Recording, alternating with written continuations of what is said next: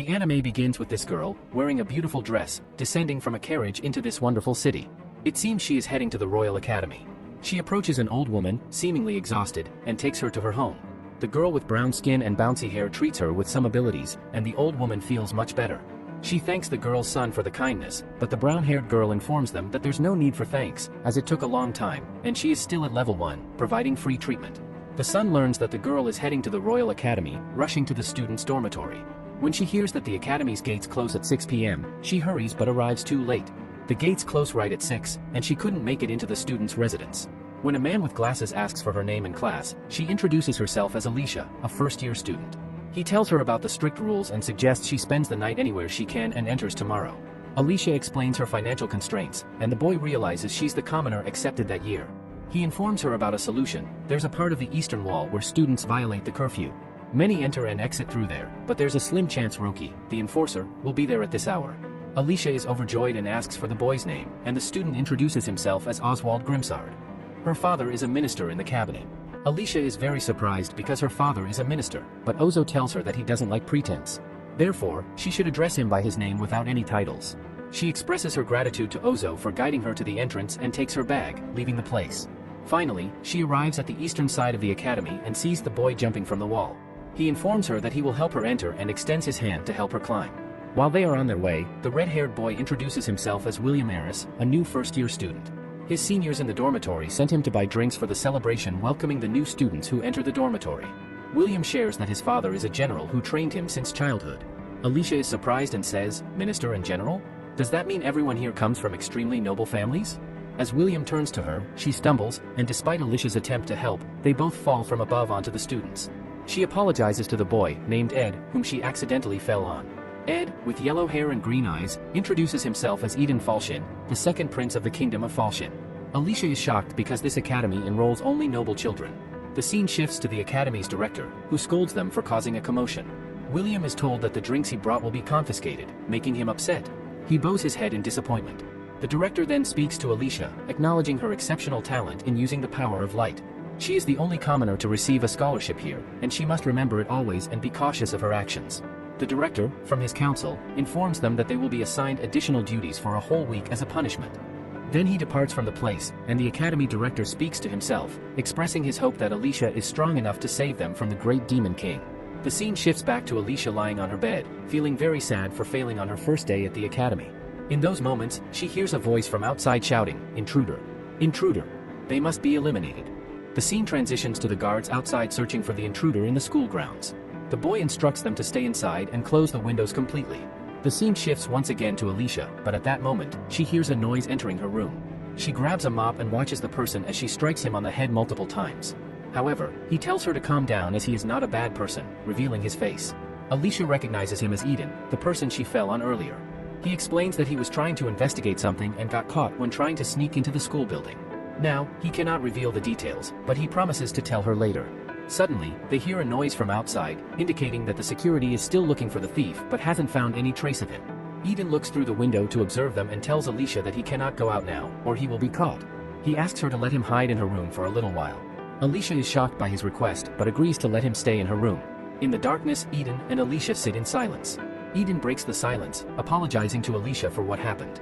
He acknowledges that a noble like him should not invade a lady's room but had no choice. Alicia responds that it's okay, feeling like she's in a dream, never having spoken to a royal before. He said to her that he is just like her, always surrounded by royals and nobles, and this is the first time he's dealing with someone from the common folk. Then he asks her about common women, whether they are as violent as her. Alicia gets annoyed and tells him that she hit him because she thought he was a thief, which is a natural reaction when encountering an unknown person entering her room through the window. Edwin laughs and informs her that he was just joking, and he doesn't want her to hit him again. Alicia laughs too, and after that, Edwin asks her not to tell anyone about what happened tonight. She reassures him that she won't say anything, and Edwin thanks her for that. He then prepares to leave the room as the place is now safe, not wanting to bother her by staying too long. Indeed, Edwin leaves, but not before telling Alicia that he wants to see her at the entrance ceremony tomorrow and wishes her a good night. Alicia asks him to be cautious to avoid any trouble. In the morning, the new students enter the academy to attend the entrance ceremony. Among the new students is Alicia, part of a very large group lining up in front of the director. During this time, she sees Will signaling to her, and then she notices Edwin signaling to her as well. Alicia keeps looking at him until she accidentally bumps into a girl standing in front of her. The angered girl asks if Alicia has a problem, and then she looks at Alicia and inquires if she is engaged. Alicia is surprised because she knows the girl's name. The girl tells her that she knows her from somewhere and asks if she is sick. Alicia responds that she is fine, and there's nothing wrong with her. The girl then goes to sit in her place as the Royal Academy entrance ceremony is about to begin. At this moment, the Academy director expresses his great honor to welcome the first-year students to this prestigious academy. Suddenly, the scene shifts to Edwin, Will, and Alicia, who are engaged in a fight with Yumala, the girl with brown hair. They ask her to stop the fight because her demonic luck is about to run out, but she doesn't listen to them. She prepares her spears to strike them. In the intense battle, a terrifying aura emanates from Yumala as she strikes with her spears. Will manages to deflect the attacks with his sword, and Edwin, using his powerful magic, counters a significant portion of her strikes. Together, they successfully stand against the evil girl. Alicia contributes by utilizing her special holy light magic, ultimately defeating the malevolent character. Elated by their victory, Prince Edwin expresses his gratitude to Alicia and hugs her. Meanwhile, Yumala, the defeated girl, suddenly awakens and reveals that all of this was a game called Light and Hero. It unfolds in a world of swords and magic, where the heroine registers at the Royal Academy, deepening her relationships and gaining strength throughout her journey. Eventually, she defeats the Demon King, but a hidden leader, the powerful adversary Yumala Dawsons, emerges after the supposed conclusion. Yumala herself narrates her story. At the age of 15, she is on her way to enter the Royal Academy in the capital. Having lost her memories from her previous life, she recalls that she was reborn in a world of light and heroism after being hit by a truck. Yumala contemplates the discrimination she faces due to her black hair, considered an ill omen and associated with evil. Despite her victory over the Demon King and Saint, she becomes the hidden leader, symbolizing oppression. Yumala reflects on her existence and the prejudice against her black hair. She aspires to surpass the level 70 and reach the maximum level to defeat the hidden leader. Despite her defeat in the end, she questions the meaning of her existence. Yumala possesses unique abilities, including the use of dark magic reserved for antagonist characters, making her a formidable opponent. In the final moments, Yumala contemplates her strength and questions if her existence truly holds any meaning. She acknowledges her formidable abilities, particularly the use of dark magic, a skill typically reserved for antagonistic characters. Ultimately, she wonders if there is any purpose to her presence in the story of Light and Hero. I didn't have any interest in the romantic aspects of the game, nor did I have a deep emotional connection to the three characters that could be romanced. Instead of living the story of Light and the hero, I chose to remain hidden from sight and live a quiet school life. I won't have any relationship with Alicia or the main characters. This way, I can avoid all the danger of becoming the hidden leader. In my third year of high school, Alicia and the boys will defeat the risen Demon King, and we will all live in peace. However, I must strengthen myself as much as possible. Although I don't need to be strong enough to defeat the Demon King myself, in case the need arises, we witness a young Damala Dawsons. She sees a slime monster and uses her magical power to kill it. The monster turns into a magic stone, a common occurrence when killing monsters. Damala then tries to train and test her physical abilities, believing she's faster now.